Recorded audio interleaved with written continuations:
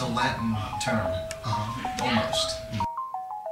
Because we were talking about, quintet, sextet, octet, nonet, dectet or tentet, and then we couldn't come up with a word for 15, and her husband researched it on the internet and found quindectet. Oh, really?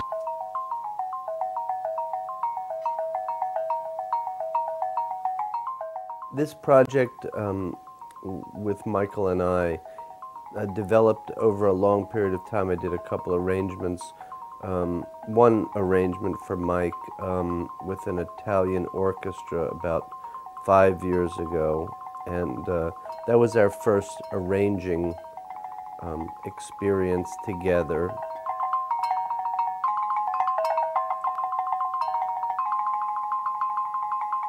After the orchestra piece, we did a series of concerts in England where I adapted Mike's music for this large ensemble idea, and that was our first foray, if you will, into the to the orchestral thing that is now the quindectet.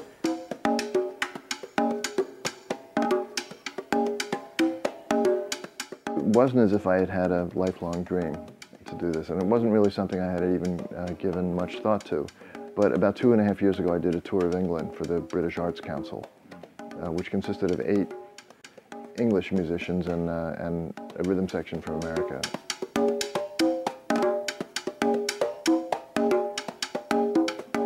We did 10 concerts in England of old tunes of mine, completely arranged by Gil Goldstein.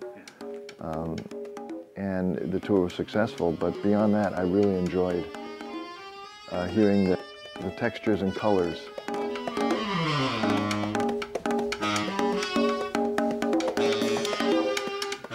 I enjoyed it so much that I was going to record those tunes and make an album. I mean, that was a thought, anyway. And then we went home after the tour and I started writing, and I came up really kind of unplanned, but a lot of music came out. And I started writing for a large ensemble and trying my hand at arranging as well. And so that grew into this record.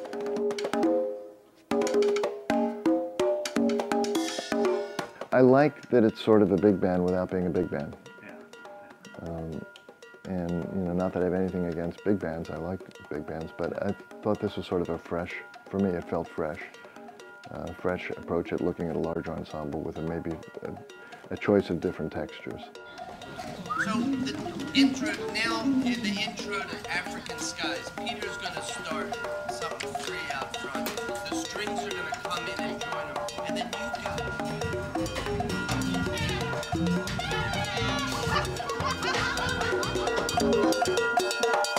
I think from the first time that I ever heard of who Michael Brecker was, probably with the Brecker brothers first, and then playing with him, I don't think anything has changed. Like, I still feel the same fire and passion and dedication from him.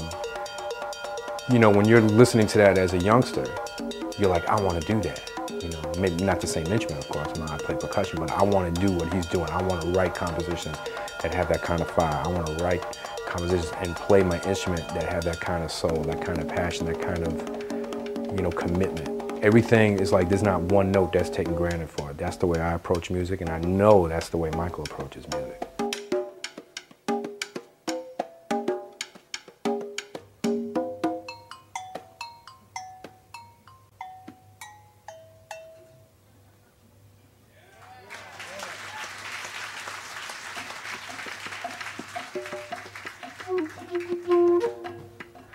I was called by my dear friend Steve Wilson, who I toured with the Chicorea's group for a couple of years, and Steve Wilson did Mike's record, Wide Angle. So he said, would you be interested in doing a gig? I said, are you kidding?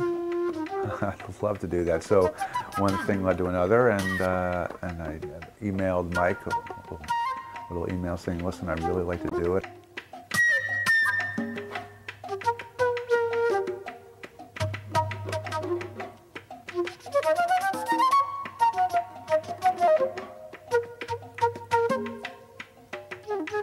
So anyway, it worked out that I went to New York and did this week at the Iridium, and obviously Mike liked the band, and he was gracious enough to have me along on this tour. So anyway, we're in Tokyo at the Blue Note, and it's just been a thrill to hear Mike play. I mean, he's truly one of my biggest heroes in music.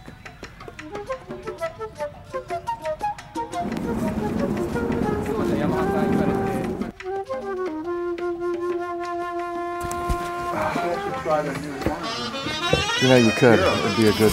You never did. That's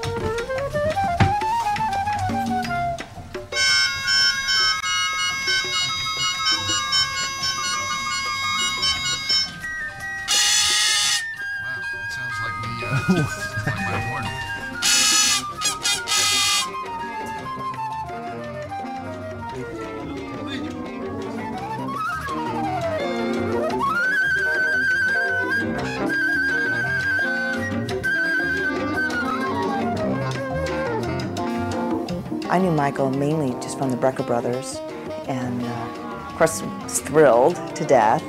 And we got together, worked on the music, and went and recorded. And it was probably probably two of the best days of my life. It was just unbelievable. Musically, he creates this whole spectrum of every degree of emotion and circumstance, really. So you're taken all these different places you don't know that exist oftentimes. So it's very, very inspiring, and I'd say what it does for me playing-wise, when we're performing with him, I think he does this for everybody, he helps us be our best. He gives us the courage to try things maybe, for myself personally, that I wouldn't try before, because you see that he's out there on the high wire and he's fine, and you know that if you go out there, even if it doesn't work, it's okay. It's better to have tried. That's the sense that I have from him, and it's his tremendous generous spirit and being.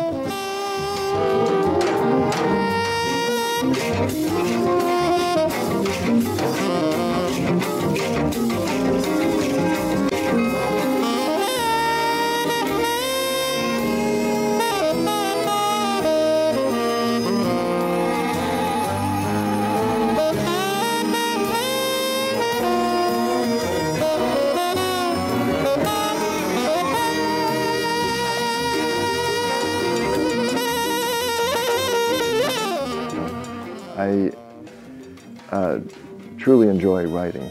I never really considered myself a composer, and I don't, I'm really a player. But I enjoy writing and coming up with vehicles that are challenging to play on, and I enjoy the whole experience of then playing them.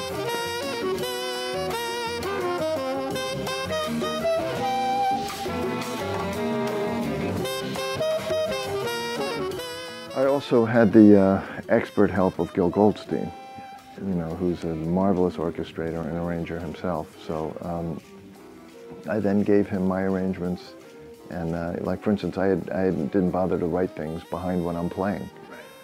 So Gil, filled that in and reorchestrated what I had done in a way that was better, for lack of a better word.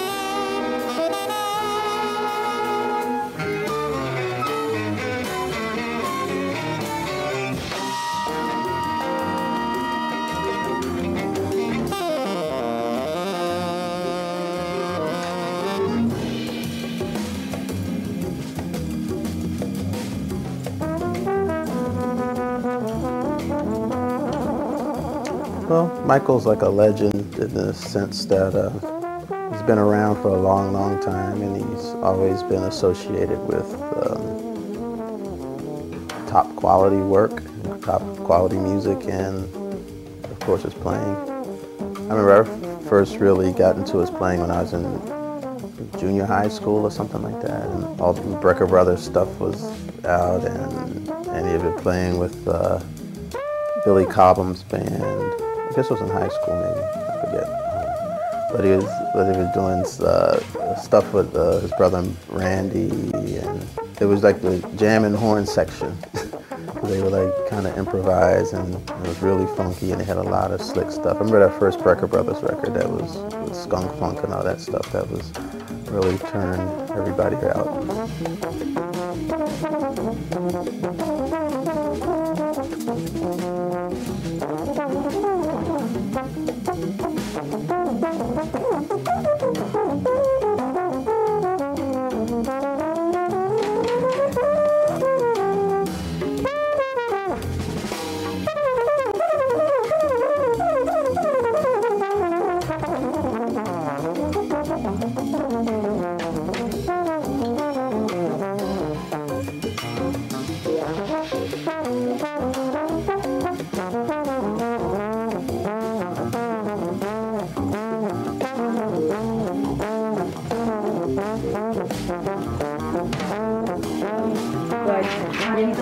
Wasn't this your first time to have this large ensemble as recording? Yeah, I think so. It was not the first time maybe I've recorded the large ensemble, but it was the first time that I did it, I guess, under my own name, but also it was the first time I attempted to write for a large ensemble. There was talk of having a lot of Japanese musicians do it, and it would have worked out. It would have been easier to have done financially and for many other reasons, and it would have been a lot of fun, and I was kind of looking forward to it. But after we did the gig at the Iridium in New York, I fell in love with this group, and I wanted another chance to play with. This is probably the only time I'm going to do it, so we kind of tried to finagle a way to bring everybody here, and maybe sometime in the future I'll be able to do it again with Japanese musicians, and I would love nothing more, because I think we would have a lot of fun. Well, she was recommended by Joyce Hammond, who played on the record and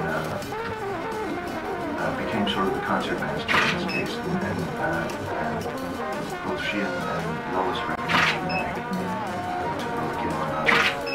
And I said, fine. I really hadn't heard of her either. And as the week unfolded, it was interesting. When we were playing in New York, Meg mentioned to me that she liked to solo. Last night, I made sure that she had a chance to play, and she just completely brought the house down. And the minute she played the first phrase, she echoed the last phrase that Robin had finished the solo. She, echoed this right out, and I realized, oh my God, this girl can play.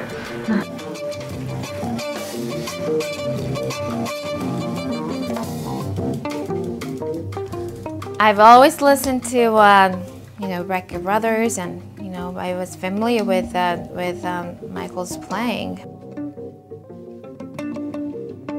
It's hard to live up to his own name, Michael Brecker, and every night is always there's this pride and excitement. And he's an amazing, of course, musician, and someone like him let me sit, right behind him, and even give me this room to blow. That's just, he's very, very generous, very, very kind, and very encouraging, and I'm very touched by that.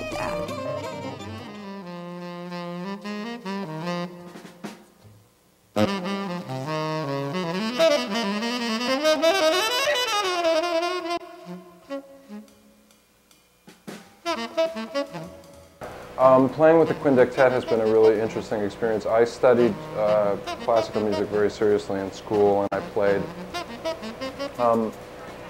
a bit with orchestras and with chamber music, with strings, all kinds of different instrumentation, guitar ensembles.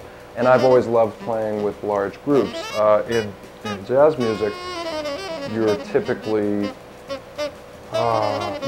association with a large group is with a big band, which is great also, but this has been a really cool experience because it's the size of a big band, but the sound is that of a small orchestra. It actually has, I think, just about every instrument that's in the orchestra, just one of each.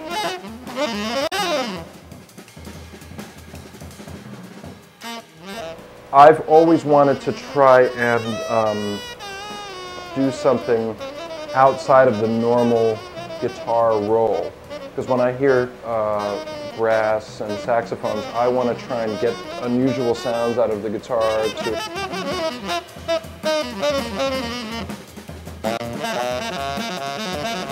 Of course, typically in big band, the roles are pretty kind of clearly defined. And with this, it's been a great experience, besides the fact that I love working with Mike, and Gil's arrangements are fantastic, and the music is really beautiful. I feel very, very free with regard to how I can approach the music. I feel that there's really no rules. I can use any sound that I want. I've known Michael for many years. We went to music camp when we were 14, 15 years old. And as long as I can remember, he's been a part of my musical world. He was the most fabulous 16-year-old saxophone player you ever heard. He was terrific, and he was always an inspiration. Over the years, he's continued to be that way. He's grown in every aspect, and I think he's playing better now than he's ever played.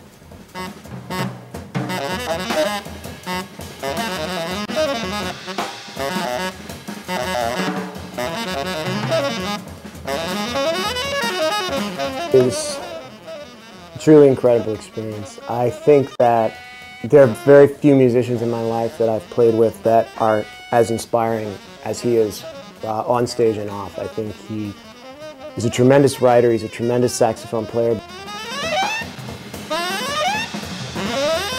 To play in an ensemble for a musician who has so much integrity and so much artistic vision is so rare, and I feel so honored to be able to learn from him.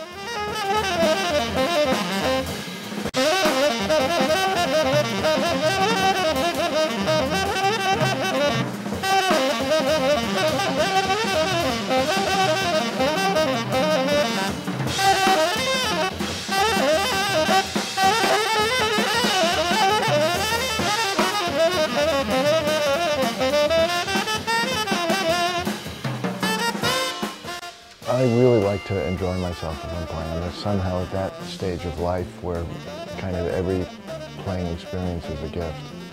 And a little extra. It feels like it's, every day is a ball game in extra innings.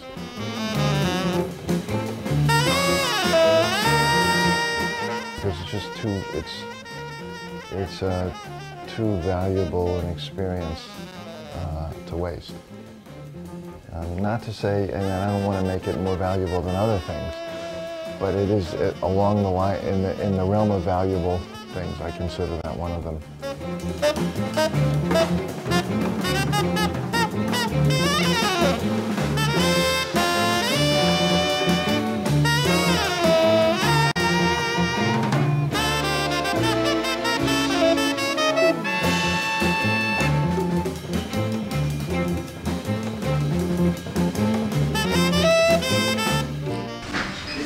I knew that this, it took a lot of organizing to get, to make this whole thing possible, but I knew that it would be worth it, because the caliber of musicianship and people is so great, and it was way beyond what I even imagined. I mean, I had a fantastic time because of all of you, and played so beautifully and played with so much heart. And I'm just so grateful that you all came. Thanks for a wonderful week.